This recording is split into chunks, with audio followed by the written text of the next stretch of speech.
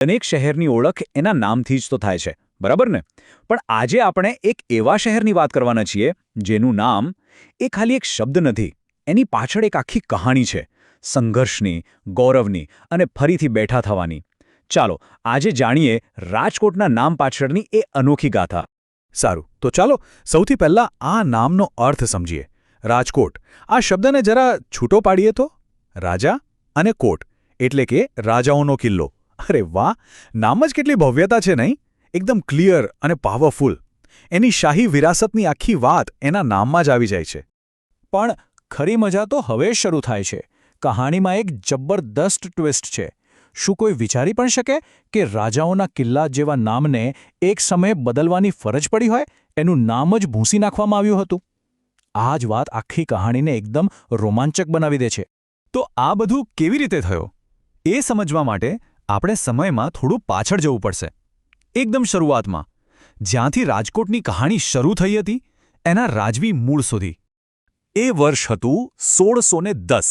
અહીંથી આપણી સફર શરૂ થાય છે. આ એ જ સમય હતો જ્યારે રાજકોટની ધરતી પર એક નવા ઇતિહાસનું બીજ વવાયું. તો આ બીજ કોણે રોપ્યું હતું? એ હતા જાડેજા વંશના વિભાજી જાડેજા.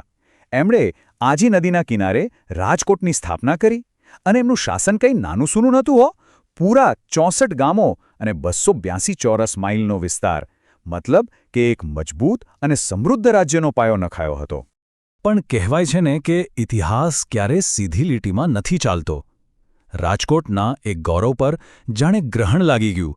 એક એવો સમય આવ્યો જ્યારે શહેરની આખી ઓળખ જ છીનવી લેવામાં આવી અને એને એક તદ્દન નવું નામ આપવામાં આવ્યું, માસુમાબાદ. આ ઘટના બની વર્ષ 1720માં. રાજકોટના ઇતિહાસનો કદાચ આ સૌથી કાળું પ્રકરણ કહી શકાય, જ્યારે શહેરની સત્તા અને ઓળખ બંને એક બહારના શાસકના હાથમાં ચાલી ગઈ. અહીં જુઓ, સત્તાનું આ પરિવર્તન કેટલું સ્પષ્ટ દેખાય છે. એક તરફ હતા ઠાકુર મહેરામણજી બીજા, જેમનું શહેર હતું રાજકોટ. અને પછી આવ્યો માસૂમ ખાન.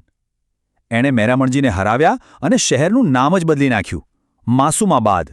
વિચાર કરો, આ માત્ર એક રાજાની હાર નહોતી, આ તો શહેરની ઓળખ પર સીધો હુમલો હતો. અને પોતાની આ જીતને, પોતાની સત્તાને કાયમ માટે સ્થાપિત કરવા માટે માસૂમ ખાને શું કર્યું? 1722માં એણે એક નવો કિલ્લો બંધાવ્યો. અને એ પણ કેવો? 8 દરવાજાવાળો. સરદાર નાકા, કોઠારિયા નાકા, આ બધા એના જ ભાગ હતા.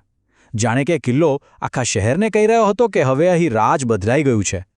તો શું રાજકોટની કહાણી અહીં જ ખતમ થઈ ગઈ? ના, જરાય નહીં. કારણ કે હવે વારો હતો બદલાનો, ખોવાયેલા ગૌરવને પાછું મેળવવાનો. અહીંથી જ શરૂ થાય છે નામની પુનઃસ્થાપનાની અસલી વીરગાથા. અને આ લડાઈ પાછળનું કારણ ખૂબ જ અંગત હતું. આ ફક્ત એક રાજ્ય પાછું જીતવાની વાત નહોતી, આ તો પિતાની હારનો બદલો લેવાની વાત હતી. પોતાના વંશની આન, બાન અને શાનને ફરીથી સ્થાપિત કરવાની એક જિદ હતી. અને આખરે એ દિવસ આવી જ ગયો. વર્ષ હતું 1732. માસૂમ ખાનના રાજના માંડ 12 વર્ષ જ થયા હતા અને ઇતિહાસે જાણે પોતાની ભૂલ સુધારવાનો મોકો આપ્યો. અને પરિણામ શું આવ્યું? મહેરામણજીના પુત્રે માસૂમ ખાનને હરાવ્યો, માસુમાબાદના ટૂંકા ઇતિહાસને ભૂંસી નાખ્યો અને શહેરને એનું અસલી ગૌરવવંતું નામ પાછું મળ્યું, રાજકોટ. એકવાર નામ પાછું મળ્યું પછી રાજકોટે ક્યારેય પાછું વળીને જોયું જ નથી. શહેર પોતાના જૂના કિલ્લાઓમાંથી બહાર નીકળીને એક નવા આધુનિક યુગ તરફ, ભવિષ્ય તરફ આગળ વધવા લાગ્યું. અને આ વિકાસ કેટલો ઝડપી હતો એ અહીંયા જોઈ શકાય છે. બ્રિટિશ શાસન આવ્યું. 1822માં કાઠિયાવાડ એજન્સી બની.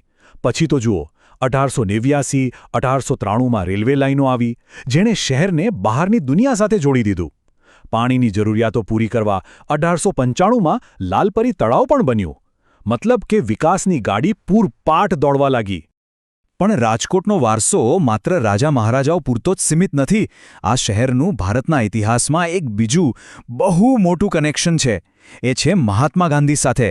એમના પિતા અહીં દિવાન હતા અને ગાંધીજીએ પોતાના જીવનના શરૂઆતના અમૂલ્ય વર્ષો રાજકોટમાં જ વિતાવ્યા હતા. અને ખબર છે, જે શાળામાં ગાંધીજી ભણ્યા હતા એ એલ્ફ્રેડ હાઈસ્કૂલ આજે પણ રાજકોટમાં છે. અલબત્ત હવે એનું નામ મહાત્મા ગાંધી હાઈસ્કૂલ છે. વિચાર તો કરો, એ જ વર્ગખંડોમાં જ્યાં એક નાનકડો છોકરો ભણતો હતો, એ જ છોકરો આગળ જઈને આખા દેશને આઝાદી અપાવવાનો હતો.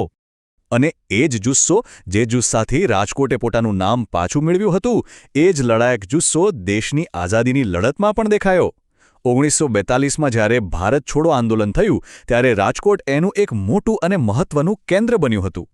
તો રાજકોટની આ આખી સફર જોયા પછી મનમાં એક સવાલ જરૂર થાય કે કોઈ શહેરનું નામ શું માત્ર એક સરનામું હોય છે કે પછી એ એના લોકોના સંઘર્ષની, એમની જીતની અને એમના ક્યારેય ન હારવાના જુસ્સાની જીવતી જાગતી નિશાની હોય છે? મને લાગે છે કે રાજકોટની આ કહાણી સાંભળ્યા પછી જવાબ એકદમ સ્પષ્ટ છે.